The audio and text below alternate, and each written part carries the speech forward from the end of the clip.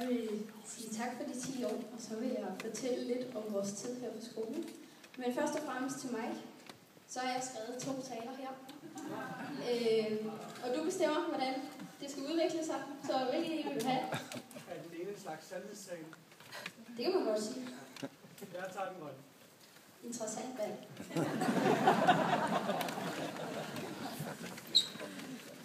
Og det her, det er fordi, vi har set en film, der hedder Festen, hvor det går helt galt, fordi at han vælger den grønne tale.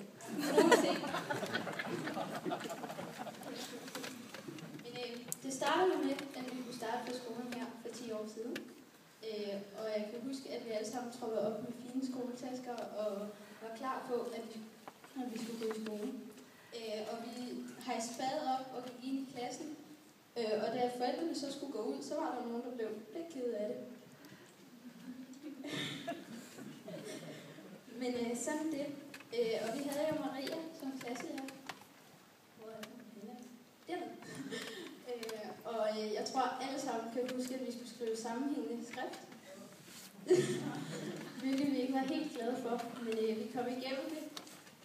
Og det var også sådan, at vi skulle skifte lærer på et tidspunkt, og der fik vi jo Mike, som var vores nye klasselærer. Og som Mike også fortalte, så har vi jo haft rigtig mange skægge ture, med f.eks. København-turen, hvor at nogle piger løb galt eller gik forkert. Og samtidig så har vi også været i Rom, her, som mange har fortalt om, hvor det var en rigtig, rigtig hård tur, og rigtig mange brokkede sig. Men Mike han alligevel var her positiv og prøvede altid at skulle gøre det godt hele tiden.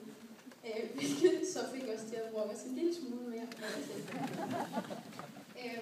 Og Mike han har mange sjove ting, som han har tæsket os igennem, om man så må sige. Vi har blandt andet beskæftiget os med nutidssager, som jeg håber, at alle har fået fat i sådan nogenlunde, for vi har haft det rigtig, rigtig meget. Og samtidig så er Mike rigtig, rigtig glad for at snakke om sine unge dage. Så vi har fået rigtig, rigtig mange gode historier, og jeg tror, at vi alle sammen har lært lidt af Mikes fejl.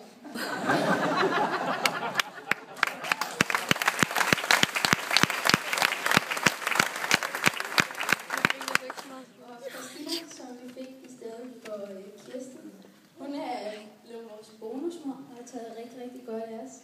Hun har hjulpet os med lidt pigeproblemer, som der har været, men vi kommer rigtig, rigtig godt igennem det hele. Og det sjove er med Christina, at når vi skal regne, så skal det helst være noget, som vi kan tage med ud i virkeligheden. Som for eksempel hun viste tandpasta, men vi har også gjort det med toiletpapir og meget andet sjovt. Hvilket gør undervisningen en lille smule mere spændende. Det er rigtig dejligt. Og selvom der har været rigtig meget uro og alting, så er vi jo kommet igennem det rigtig, rigtig godt, synes jeg. Vi har sagt hej til en hel masse nye elever, men vi har også sagt farvel til en del. Men vi endte ud rigtig, rigtig, rigtig godt. Og som Mike han sagde, så har vi jo altid stilet efter at blive skolens bedste klasse. Og jeg vil sige, at jeg synes, vi er endt sådan. Og jeg vil gerne ønske jer alle sammen held og lykke i fremtiden, og tak for 10 dejlige gode år. Så vil jeg sige det.